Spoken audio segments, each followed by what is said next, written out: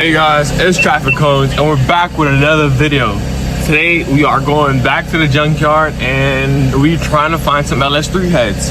As I mentioned, I have 317 heads on a 6-liter, but the LS3 heads flow so much more better, and if I have the opportunity to get them now, why wait? So we're going to the junkyard. I'm gonna give a little quick tutorial on how to remove them.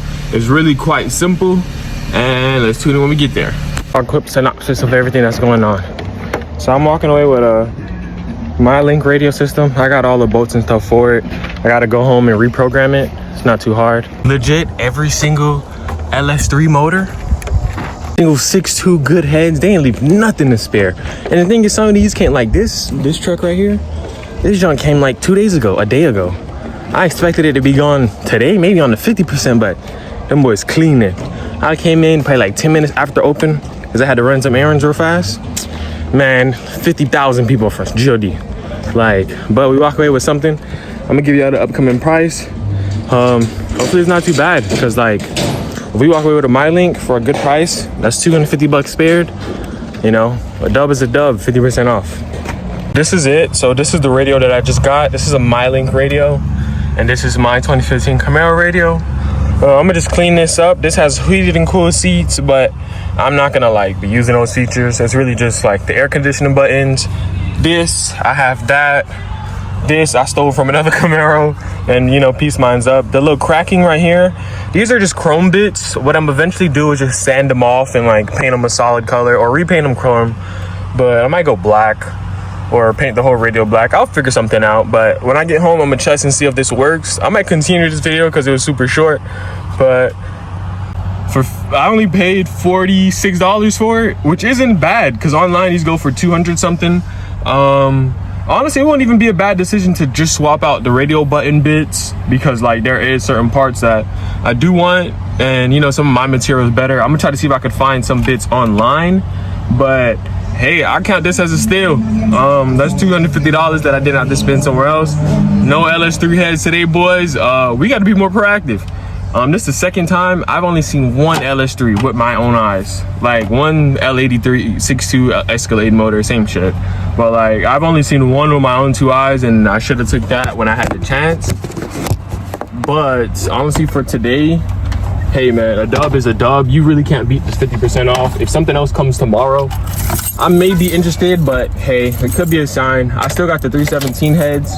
I want to check and see if they're cracked or not. Against the boring, where you bolt in, it has a slight crack on the thing.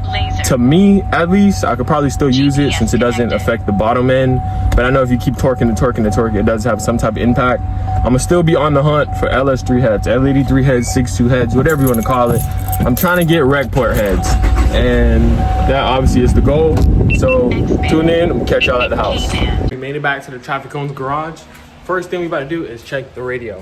So in this process, what you want to do is to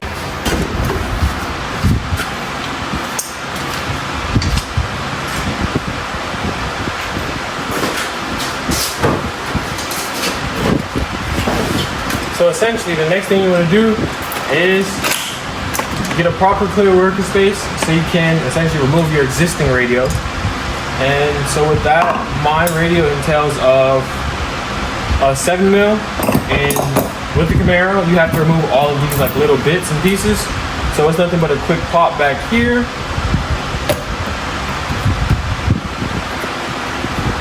Just keep popping this around.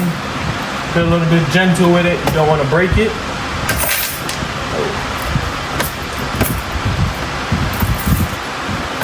You don't have to remove it entirely, but once you do, just set it to the side. What is this? Ropes. Yeah. So what you want to do is just move it to the side. Behind there are two bolts that hold this radio in. Let's see if I can unplug this, to be honest.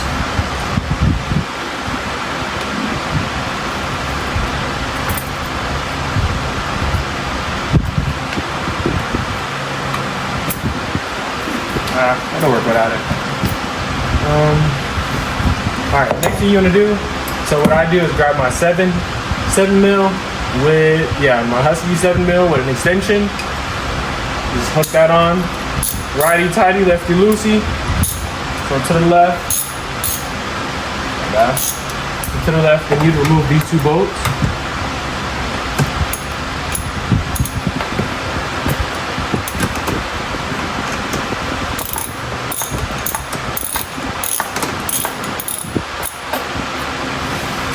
I really need to get this out the way.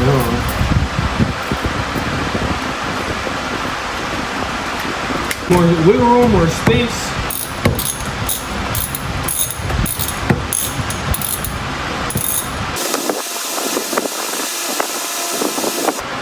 Boom, so you want to take this bolt, just drop it in the center, and do the same for the other.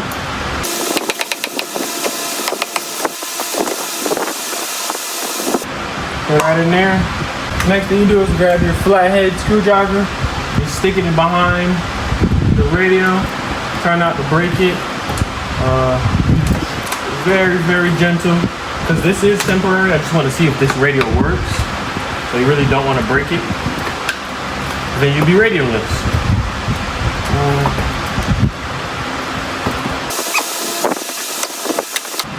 Here we go. Once you get it over that lip, fairly simple. Set this radio to the side, and then you can keep working. Essentially, keep going with the process of just removing the existing radio. It's the same 7mm bolts. It's just 4 of them now. So just going one by one.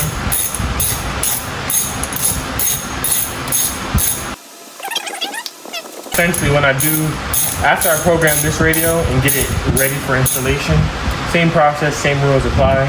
What you want to do is just come in and remove, essentially, it is 6 total bolts, 6 total 7mm bolts.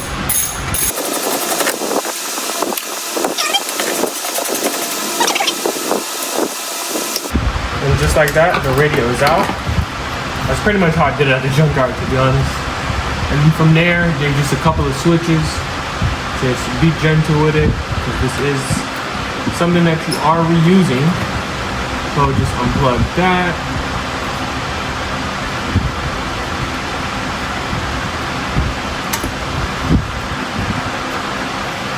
And just like that, my old radio is out. Like I said, I'm just checking to see if there's power. So in this process, what I'm doing here is plugging back the same things in, but here we go. So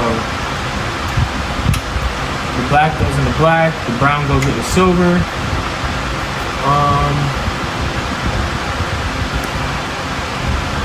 This radio thing plugs in here.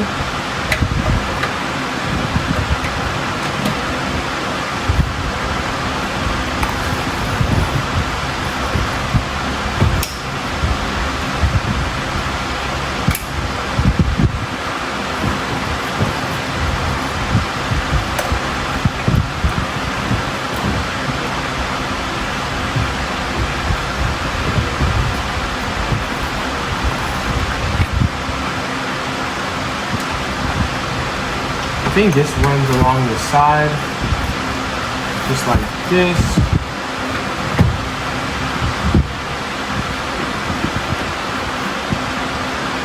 Alright, and then from there, what I am going to do... Oh, I missed the plug. Bobby, you missed the plug. Wait, let's go to the bottom. Huh. I hope I'm not missing...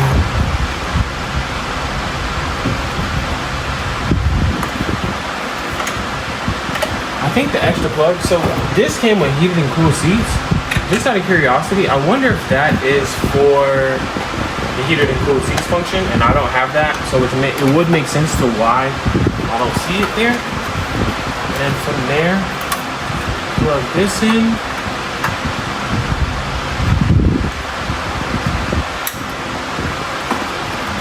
And then plug in this underneath.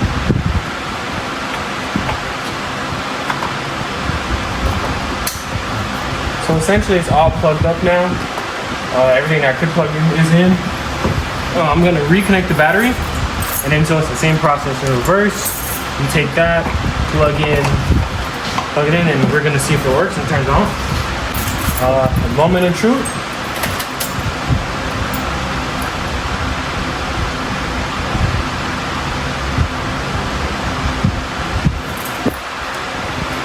So the buttons come on, but the screen isn't.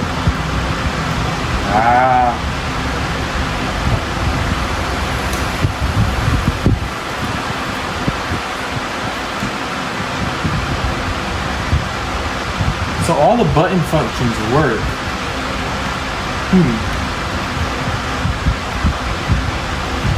I'm curious if there's something missing.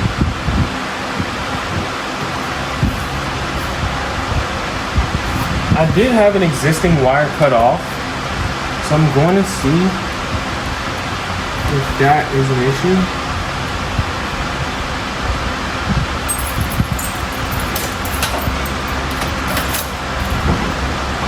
This supposed to come on.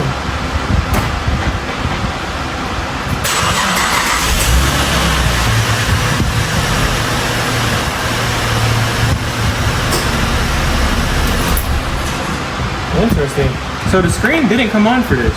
I am curious to why. I'm gonna have to figure out a solution. Let's see. Hopefully the screen isn't damaged.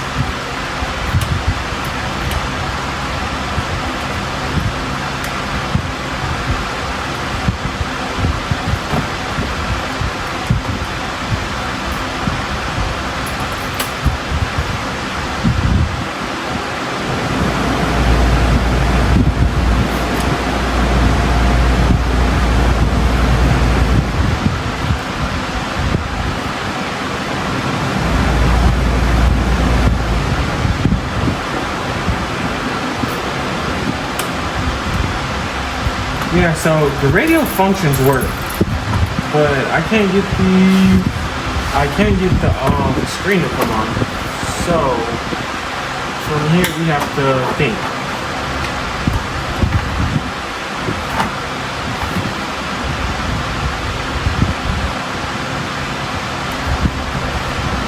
It looks like there may be a cable that I'm missing,